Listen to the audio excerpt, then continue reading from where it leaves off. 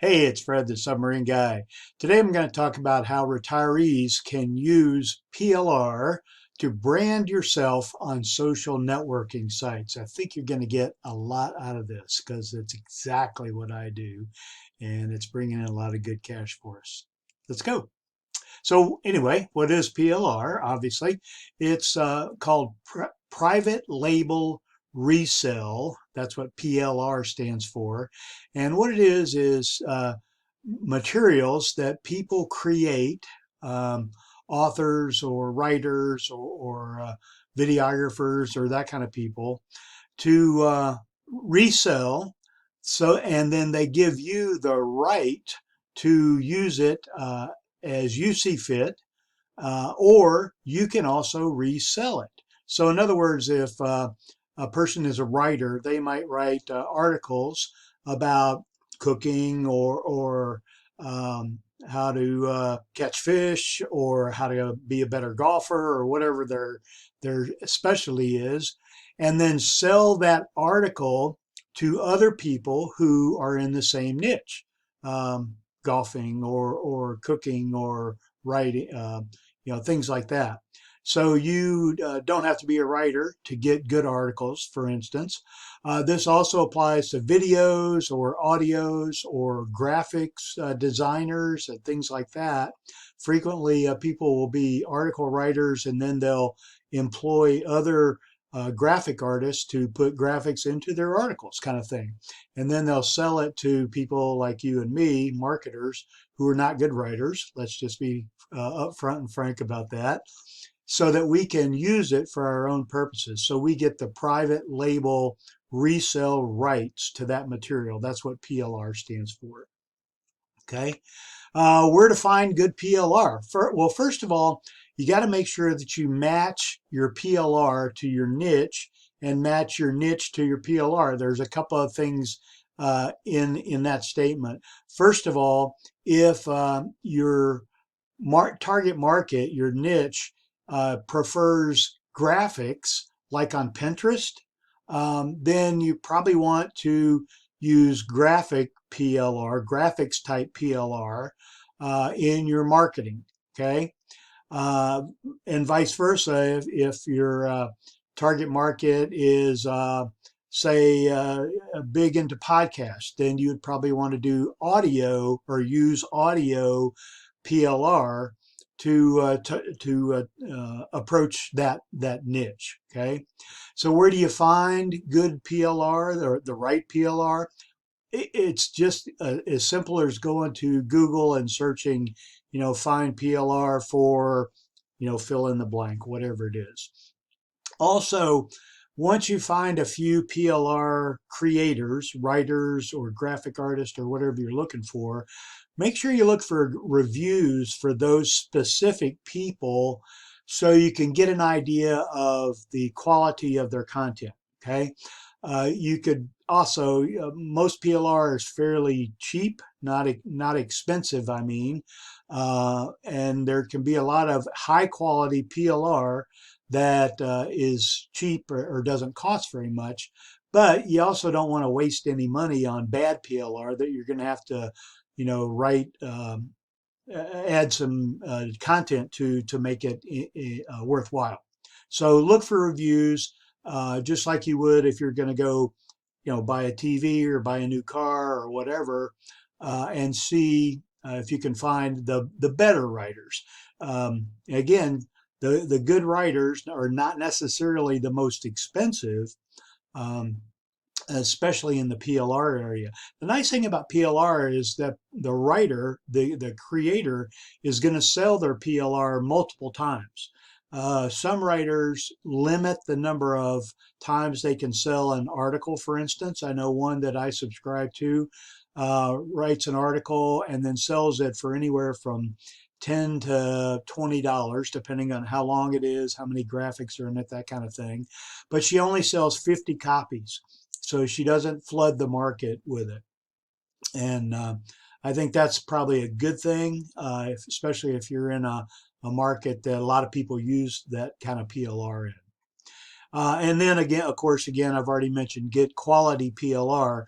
You can get cheap PLR that's not high quality and just buy up a bunch of it and kind of put it together, or add to it from your own knowledge, or if you want to, send that out to another writer kind of thing, you could do something like that. But I like to buy good quality PLR that I can just change a few things. I can add, my links into, add my offers at the end, maybe add some keywords that I'm targeting, that kind of thing, so that I don't have to rewrite the whole thing to make it a good piece of PLR. Maintain momentum. What this is about is to develop your marketing schedule. If you're going to use PLR or any other kind of materials, make sure you market on a consistent schedule. The reason for that is you want to be consistent with your customers so they know what to expect from you and when to expect it. If you're marketing, a product or a service, and you want to get on a routine basis, maybe it's weekly, maybe it's daily, maybe it's monthly, but be consistent in whatever frequency that you choose. If you're going to make a video, YouTube's very big on consistency. If you're going to become a big video person on YouTube, you need to be putting up videos on a consistent basis. And that may be once a month, or once a week, or once a day, or whatever frequency you choose. Okay. And engage. Uh, the first statement there, wars are not won by keeping ships in port, okay, is kind of sets the stage here. Obviously, sales is not war, but you do have to engage your audience in order to make a sale. And you can certainly do that with PLR, but you've got to make sure you concentrate on making an offer in the PLR, whether it's a blog post or a podcast or an audio or whatever. Make your offer for whatever you're selling or whatever you want your prospect to do. Go over and watch my video, go read my article, things like that. One thing I always recommend to people too is to get their customers off of social media. Most social media is not made for making sales. Okay. People don't go on social media to buy stuff. Okay. They go on Amazon.com or Overstock or whatever when they're in the sales mode or in the buy mode. So if you get them off of social media and onto your podcast list or your email list, which I always encourage, you'll have a much better chance of having them in the right mindset to read your sales copy than you would if you do that on social media. So that's, I think, one of the most important points that you can get out of this whole video is to get your prospects off of social media and then start the sales process of selling your product or your service or whatever you're marketing. The last thing a lot of people ask me is, free PLR good enough? It's a yes and no, right? Is it good enough for what? If your question is it good enough to use by itself? Generally not. However, you might could gather up enough free PLR to put a lot of it together to make a good piece of private label resale material. So you can use not so good PLR in that regard to use it as inputs for articles or podcasts or whatever you're doing.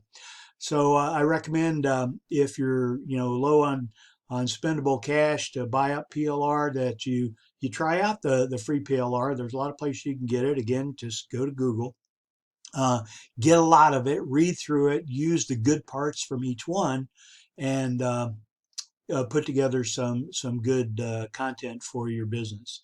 I've also got more on this whole topic in a blog article which I wrote, which will be down in the description. Please click through and read through it. There's a lot more tips and tricks in there, including one of the statistics that I live by in marketing. It's called the 80% rule. You'll definitely want to find out what that is and incorporate that into your PLR. Anyway, I hope you've enjoyed the video. Again, click through, go over and read the blog article. I think you'll enjoy it. Thanks and have a great day.